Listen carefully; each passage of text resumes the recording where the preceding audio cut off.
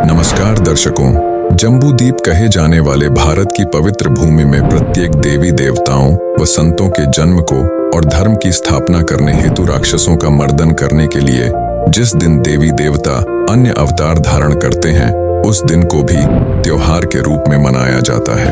उन्हीं में से एक त्योहार है नवरात्रि। ऐसा माना जाता है कि माता दुर्गा ने महिषासुर नाम के राक्षस को मारने के लिए 9 रूप धारण किए थे, जिसके कारण पूरा हिंदू समाज देवी के 9 अलग अलग रूपों की पूजा 9 दिन तक करता है और माता को खुश करने के लिए व्रत रखकर दिन भर भूखे भी रहते हैं। लेकिन क्या आप जानते हैं माता दुर्गा की उत्पत्ति कैसे हुई? कितनी शक्तियुक्त है देवी दुर्गा? क्या बच्चों को भूखा देख माता हो सकती है खुश? और यदि नहीं तो फिर माता को खुश करने का सही उपाय क्या है?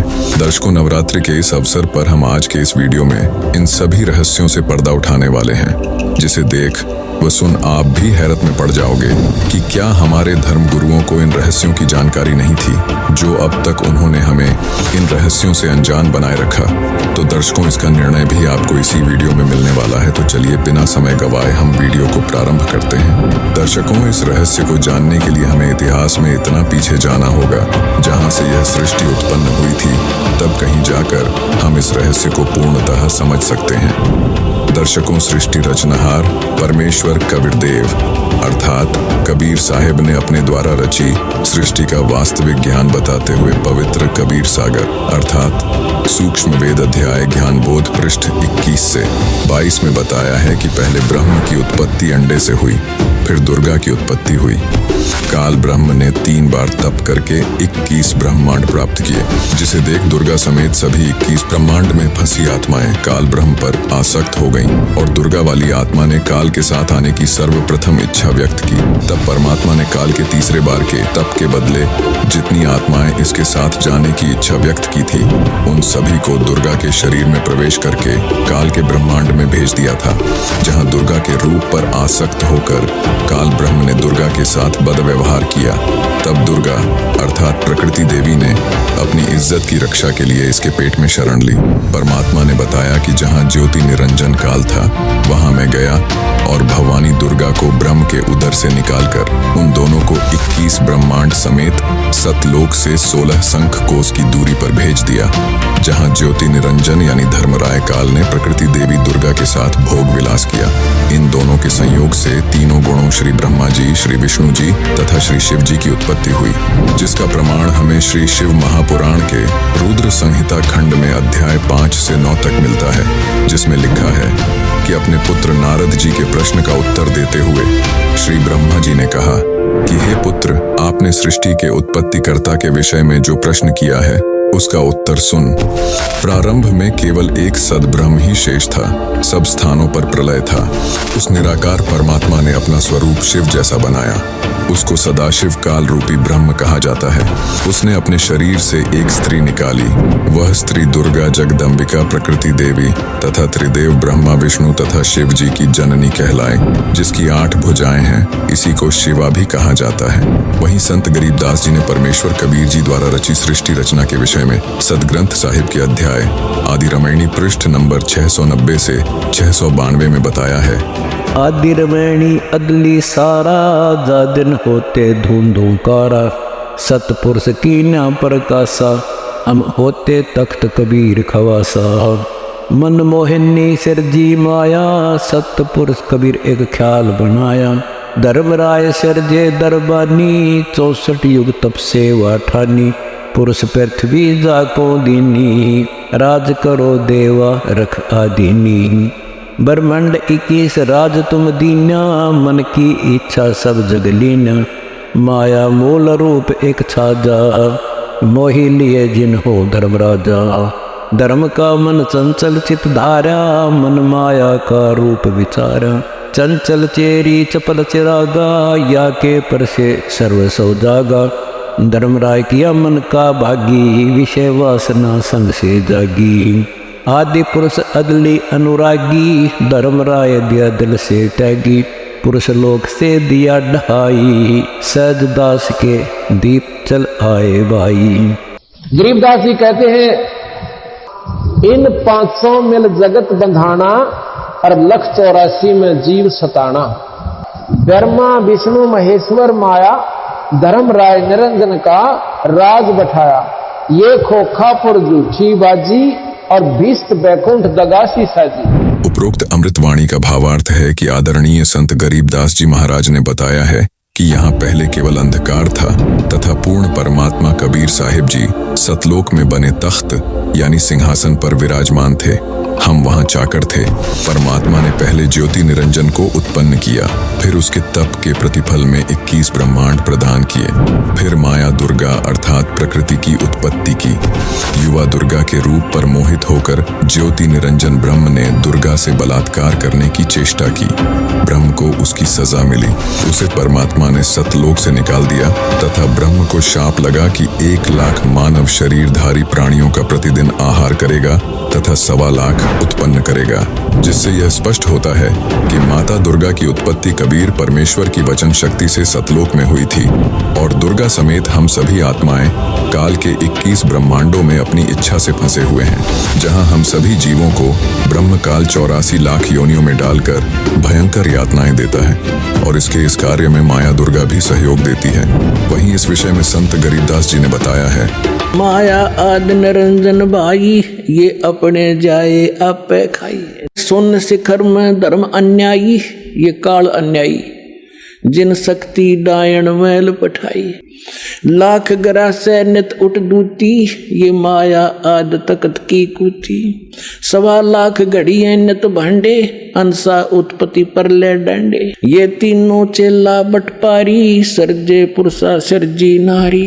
ये खोखापुर में जीव भुलाने स्वप्न बिस्त बैकुंठ बनाए।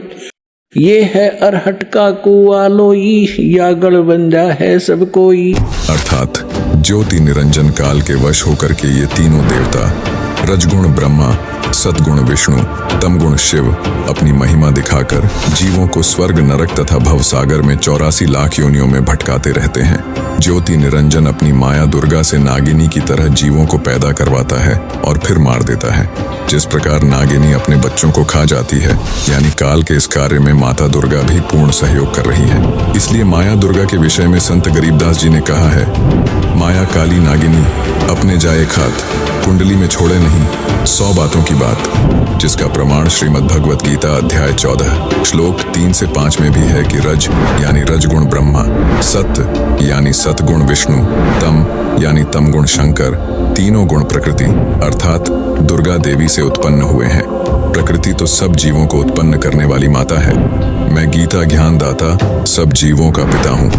मैं दुर्गा अर्थात प्रकृति के गर्भ में बीज स्थापित करता हूँ, जिससे सबकी उत्पत्ति होती है। ये तीनों गुण रजगुण ब्रह्मा, सतगुण विष्णु तथा तमगुण शिव ही जीवात्मा को शरीर में बांधते हैं, यानी सब जीवों को काल के जाल में फंसा कर रखने वाले ये ही तीनों देवता हैं। अब स्वयं विचार करें कि जो माता अपने उत्पन्न किए हुए बच्चों को मारने में अपने पति काल ब्रह्म का सहयोग दे रही हो, उसे क्या दयालु कहा जा सकता है? जिसका सीधा जवाब है नहीं, क्योंकि दयालु तो उसे कहते हैं जो किसी को मारता नहीं है और ना ही मारने में सहयोग करता, जिससे स्पष्ट है कि जिन जगत जननी माता दुर्गा को हम दयालु मानते हैं, वह माता भी दयालु नहीं है और उनकी शक्ति भी सीमित है, क्योंकि माता दुर्गा अष्टांगी अर्थात 8 भुजाओं और 64 कला की माता है। जबकि काल ब्रह्म गीता अध्याय 11 श्लोक 46 के अनुसार 1000 भुजा और 1000 कला का भगवान है। अब देखिए काल के एक ब्रह्मांड में बने लोगों की वास्तविक जानकारी चित्र के माध्यम से। ये एक ब्रह्मांड है, ये एक ब्रह्मांड का चित्र है। ये ऐसा समझो, ये एक ब्रह्मांड है। ये सारा कुछ, ये जो बाउंड्री नजर आ रही है आपको, ये एक ब्रह्मांड है। इसकी इलिप्टिकल शेप है अंडे जैसी। इसको अंड भी कहते हैं, इसी को ब्रह्मांड भी कहते हैं। इसमें देखिएगा नीचे के ये 7 लोक, ये वितल, महातल, तलातल, पाताल, रसातल, सूतल, अतल आदि, और ये पृथ्वी हम जिस पर रहते हैं, और ये ब्रह्मा जी का लोक, ये शिव जी का लोक, ये विष्णु जी का लोक। इस एक ब्रह्मांड के अंदर सामग्री है। या एक ये इंद्र का लोक, ये स्वर्ग और नरक इकट्ठा ही है, ये स्वर्ग लोक कहलाता है। ये मानसरोवर, यहाँ भी एक मानसरोवर इस काल ने अलग से बना रखा है। ये धर्मराय का लोक जो धर्मराज है, जो सबका लेखा जोखा करता है। और फिर ये आ जाता है ब्रह्मलोक। ये एक ब्रह्मलोक है, इसी ब्रह्मांड के अंदर ब्रह्मलोक कहलाता है सारा। ये अक्षेत्र एक ब्रह्मलोक कहलाता है। इसमें क्या है, यहाँ बहुत बड़ा वन है, जंगल है, बाग बगीचे हैं। और ये इंद्र का, इसने काल ने इस ब्रह्मलोक के अंदर नकली रचना कर रखी है। एक महाइंद्र का द्वीप, एक नकली सतलोक, उस ऊपर के लोकों की नकल करवा रखी है।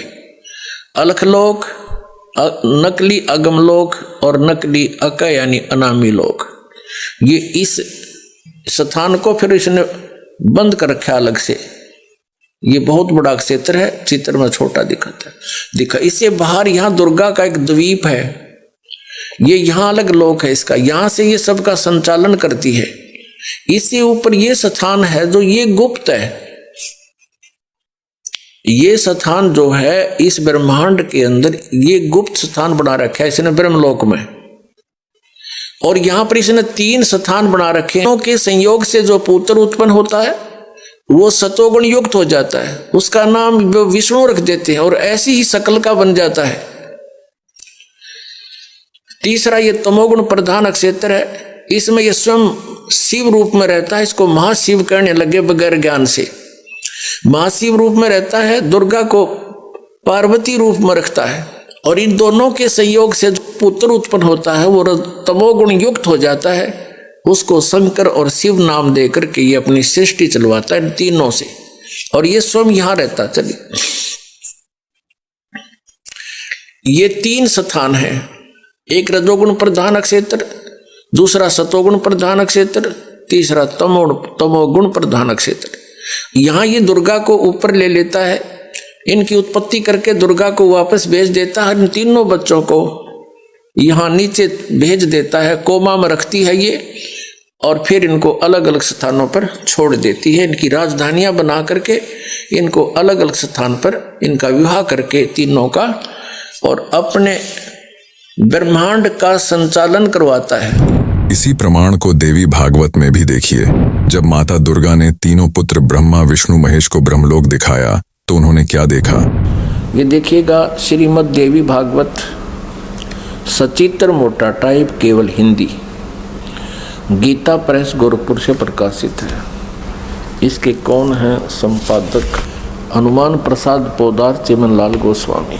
प्रकाशक एवं मुद्रक हैं गीता प्रेस गोरखपुर, गोविंद भवन कार्यालय कोलकाता का संस्थान। तीसरे स्कंद में 123 पृष्ठ पे है, तीसरा स्कंद। भगवान विष्णु जी अपनी माता दुर्गा की स्तुति कर रहे हैं। क्या कह रहे हैं? तुम शुद्ध स्वरूपा हो, यह सारा संसार तुम ही से उद्भासित हो रहा है। मैं, ब्रह्मा और शंकर, विष्णु जी करें, हम सभी तुम्हारी कृपा से विद्यमान हैं। हमारा आविर्भाव माने जन्म, तिरोभाव माने मृत्यु, हमारा आविर्भाव और तिरोभाव हुआ करता है। केवल तुम ही नित्य हो, जगत जननी हो, प्रकृति और सनातनी देवी हो। ये प्रकृति शब्द याद रखना। दुर्गा को प्रकृति भी कहते हैं। आपके गीता जी में काम आओगा 14वें अध्याय के 3, 4, 5 श्लोकों में, क्योंकि ये कोड वर्ड है गीता जी। प्रकृति दुर्गा जी को कहते हैं। इससे स्पष्ट हो गया कि ब्रह्मा विष्णु महेश का जन्म और मृत्यु होता है। भगवान शंकर बोले, देवी यदि महाभाग विष्णु तुम ही से प्रकट हुए हैं तो उनके बाद उत्पन्न होने वाले ब्रह्मा भी तुम्हारे बालक हुए। फिर मैं तमोगुणी लीला करने वाला शंकर क्या तुम्हारी संतान नहीं हुआ? अर्थात मुझे भी उत्पन्न करने वाली तुम ही हो। शिवे, संपूर्ण संसार की सृष्टि करने में तुम बड़ी चतुर हो। इस संसार की सृष्टि, स्थिति और संहार में तुम्हारे गुण सदा समर्थ हैं। उन्हीं तीनों गुणों से उत्पन्न हम रजगुण ब्रह्मा जी, सतगुण विष्णु, तमगुण शंकर, उन्हीं तीनों गुणों से उत्पन्न हम ब्रह्मा, विष्णु एवं शंकर नियमानुसार कार्य में तत्पर रहते हैं। पुण्यात्मा, इस पवित्र देवी पुराण ने इन चंद पंक्तियों में स्पष्ट कर दिया कि श्री ब्रह्मा, विष्णु, महेश ये नासवान है, इनकी जन्म और मृत्यु होती है। दुर्गा इनकी माता है और रजगुण ब्रह्मा जी, सतगुण विष्णु, तमगुण शिव जी है। और चौथा ये कंसेप्ट क्लियर हो गया कि ये केवल नियमित कार्य ही कर सकते हैं। जिसका जैसा नियमित है, जिसका किस्मत में जो कुछ भी लिखा है उसमें ये परिवर्तन नहीं कर सकते, उनको जैसा ही दे सकते हैं। दर्शकों, गीता प्रेस गोरखपुर से प्रकाशित पवित्र श्रीमद् देवी भागवत, जिसके अनुवादकर्ता श्री हनुमान प्रसाद पोद्दार तथा चिमन लाल गोस्वामी है, के तीसरे स्कंद अध्याय 1 से 6 तक विवरण है कि कितने ही आचार्य भवानी को संपूर्ण मनोरथ पूर्ण करने वाली बताते हैं। वे आदि माया महाशक्ति हैं तथा परम पुरुष के साथ रहकर कार्य संपादन करने वाली प्रकृति हैं। ब्रह्म के साथ उनका अभेद संबंध है। जैसे पत्नी को अर्धांगिनी भी कहते हैं, अर्थात दुर्गा ब्रह्मकाल की पत्नी है। आगे ब्रह्मा जी ने अपने पुत्र नारद के प्रश्न का उत्तर देते हुए कहा कि बेटा, पूर्व काल में सर्वत्र जल ही जल था। मुझे नहीं पता कि मेरी उत्पत्ति कैसे हुई। 1000 वर्ष तक जल में पृथ्वी की खोज की, परंतु पृथ्वी नहीं मिली। तब आकाशवाणी के आधार पर 1000 वर्ष तक तप किया। कमल का डंठल पकड़कर नीचे उतरा तो वहां शेष नाग की शैया पर भगवान विष्णु बेहोश पड़े थे। श्री विष्णु के शरीर में से प्रेत की तरह एक देवी निकली, जो सुंदर आभूषण पहने आकाश में विराजमान हो गई। तब श्री विष्णु जी होश में आए। इतने में शंकर जी भी वहीं आ गए। उपरोक्त विवरण से सिद्ध है कि तीनों भगवान बेहोश कर रखे थे, फिर सचेत किए। फिर हम तीनों को देवी ने कहा, ब्रह्मा, विष्णु और महेश्वर, तुम भली भांति सावधान होकर अपने अपने कार्य में संलग्न हो जाओ। सृष्टि, स्थिति और संहार ये तुम्हारे कार्य हैं। इतने में आकाश से विमान आया। देवी ने तीनों प्रभुओं को विमान में बैठने का आदेश दिया। विमान को आकाश में उड़ाया। इतने में हमारा विमान तेजी से चल पड़ा और वह ब्रह्मलोक में जा पहुंचा।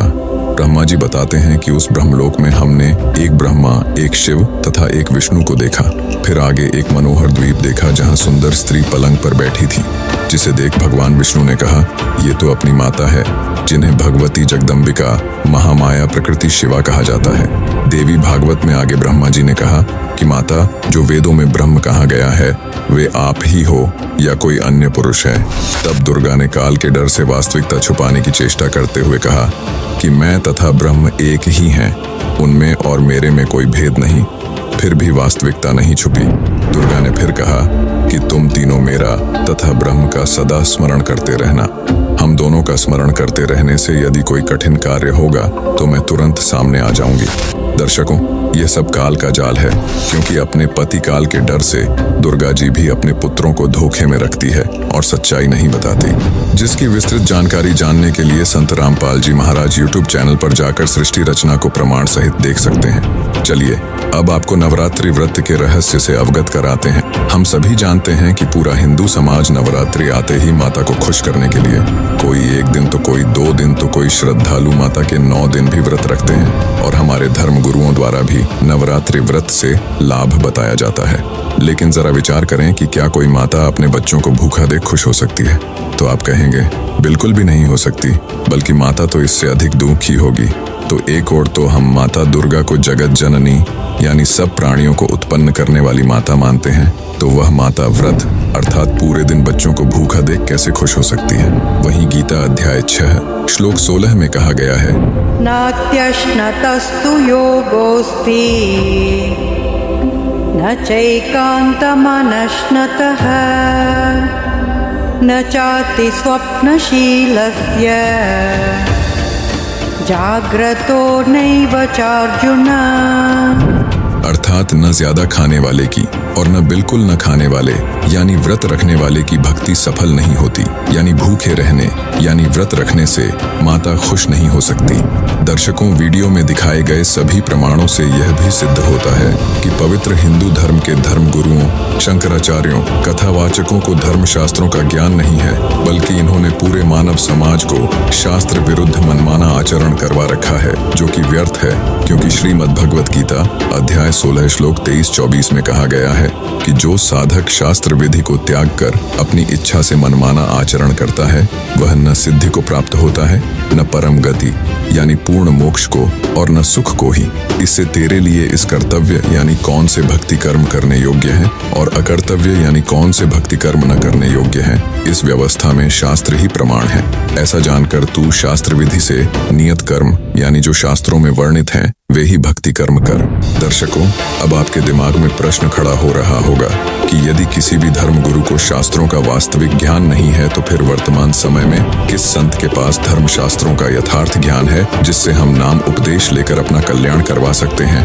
तो आपको बता दें, मौजूदा वक्त में संत रामपाल जी महाराज ही वह पूर्ण तत्वदर्शी संत हैं जिनके पास शास्त्रों का यथार्थ ज्ञान है। उन्हीं के द्वारा इन रहस्यों को उजागर किया गया है जिससे आज तक पूरा हिंदू समाज अनभिज्ञ था। इसलिए आपसे निवेदन है कि जगत गुरु तत्वदर्शी संत रामपाल जी महाराज के सत्य आध्यात्मिक ज्ञान को जानने के लिए संत रामपाल जी महाराज ऐप से पवित्र पुस्तक ज्ञान गंगा को निःशुल्क डाउनलोड करके पढ़ें और संत रामपाल जी महाराज से नाम दीक्षा प्राप्त कर अपने मानव जीवन को सफल बनाएं।